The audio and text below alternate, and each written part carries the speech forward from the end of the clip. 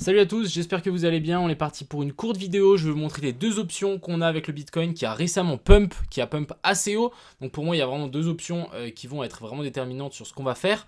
Si jamais aussi, je vais faire un petit concours de 100 dollars pour un commentaire dans la bio. Donc n'hésitez pas juste à lâcher votre meilleur commentaire. Et ça sera tiré au sort pour dans la prochaine vidéo. Donc j'espère que je vous souhaite bonne chance à tous en fait. Et je vous souhaite aussi à tous un bon week-end. Et on est tout de suite parti. Crypto, million. Crypto, million. Crypto, million. Alors, on se retrouve ici avec le BTC qui a fait un petit bond quand même de 2,4%. Je sais pas d'où c'est venu ce pump, donc en tout cas on a eu un très très joli pump.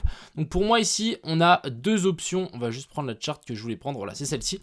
On a deux options qui s'offrent à nous avec ce qu'on est en train de dessiner ici. Donc là, on est actuellement dans la zone OTE, clairement pas forcément une zone dans laquelle on a envie de long. En tout cas, moi j'ai pas forcément envie de long là-dedans. Et on a la zone de fair value gap ici au-dessus en 3 jours. Et on a aussi, pourquoi pas, un petit equal high qu'on a laissé ici, qui est du coup la lisière de la zone de fair value gap en 3 jours. Donc, deux options qui s'offrent à nous. Alors, la première option, c'est l'option bullish. C'est que ici, on se fasse rejeter.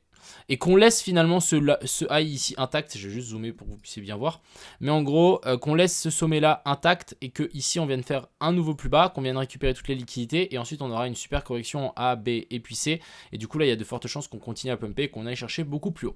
Deuxième option, c'est qu'on vienne faire une clôture au-dessus de ça. Donc hop, on fait une clôture, ensuite on redescend, on vient faire une clôture ici en dessous, et du coup on aura notre inversion structure. Et si on a une inversion structure ici dans cette zone OTE, moi je vais directement viser ça. Alors que si maintenant on corrige, donc tac, tac, et là ça tient, on peut je pense descendre un petit peu plus bas, récupérer ses liquidités, voire même refaire une zone de ABC, redescendre, et après repartir. Mais je pense que ça sera du coup intact. Ça dépend en vrai comment on va réagir ici. Par rapport à ce qu'on est simplement en train de dessiner. Je voulais quand même vous montrer ici, donc à suivre si on se fait rejeter ou pas, parce que est-ce qu'on est dans la zone OTE de tout ce mouvement ? On est exactement dans la zone OTE. Moi, j'ai tenté de faire un petit short. Je tenais quand même à vous le montrer juste ici. Je vais vous le montrer. Je le trouvais assez intéressant, mine de rien. Donc, on avait une structure assez intéressante ici. Donc, on était venu faire un COS. On était remonté. On avait laissé des liquidités. On était venu faire une inversion structure ici dans la zone de fair value gap en M15. On était redescendu. On avait laissé plein de liquidités dans la zone de fair value gap. Et je me suis dit, OK, on va corriger en A, B et puis C. L'inversion structure ici, elle va du coup s'activer et on va se faire rejeter.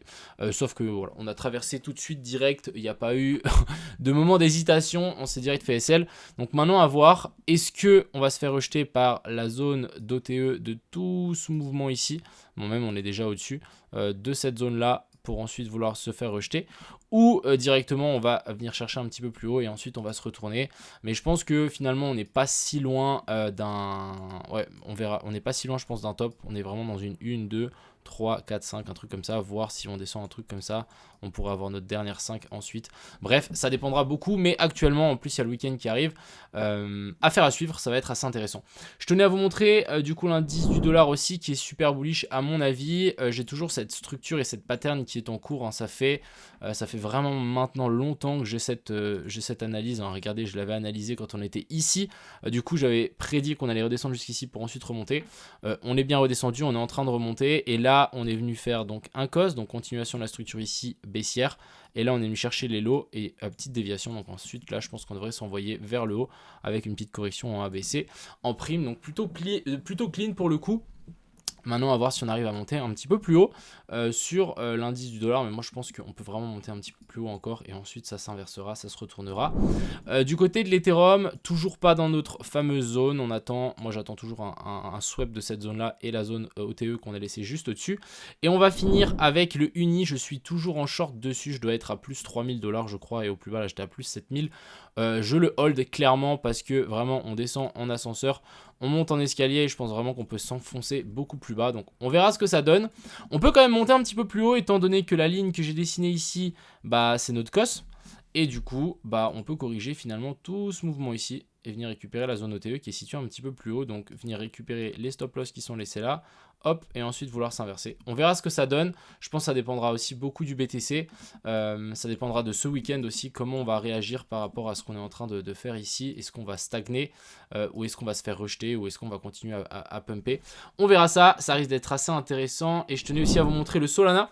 Alors Solana, on est dans une potentielle zone de short, mais pour le coup, moi je le short pas. Hein. Là, vu la puissance qu'il est en train de faire, c'était juste pour vous montrer que, ok, on est dans une belle zone, mais c'est pas parce qu'on est dans des belles zones que bah on va ouvrir des trades bêtement. Donc il faudrait vraiment attendre une inversion structure ici.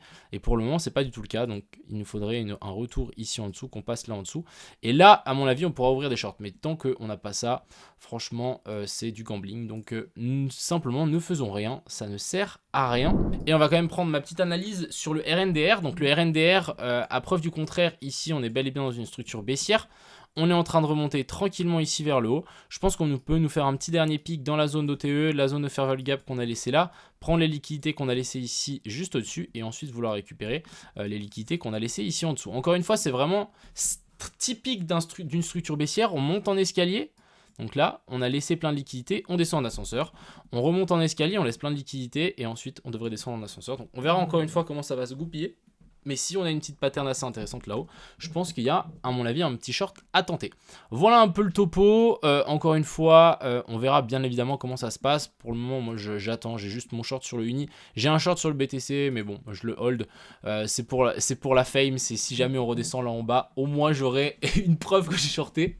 Mais bon, c'est pas quelque chose que je recommande aux gens de copier. Mais voilà, je trouvais ça assez intéressant. Et puis, je vous souhaite à tous un bon week-end. N'hésitez pas à lâcher votre meilleur com pour, du coup, le petit giveaway. Sur ce, les gars, passez un excellent week-end. C'était Crypto Mignon. Ciao.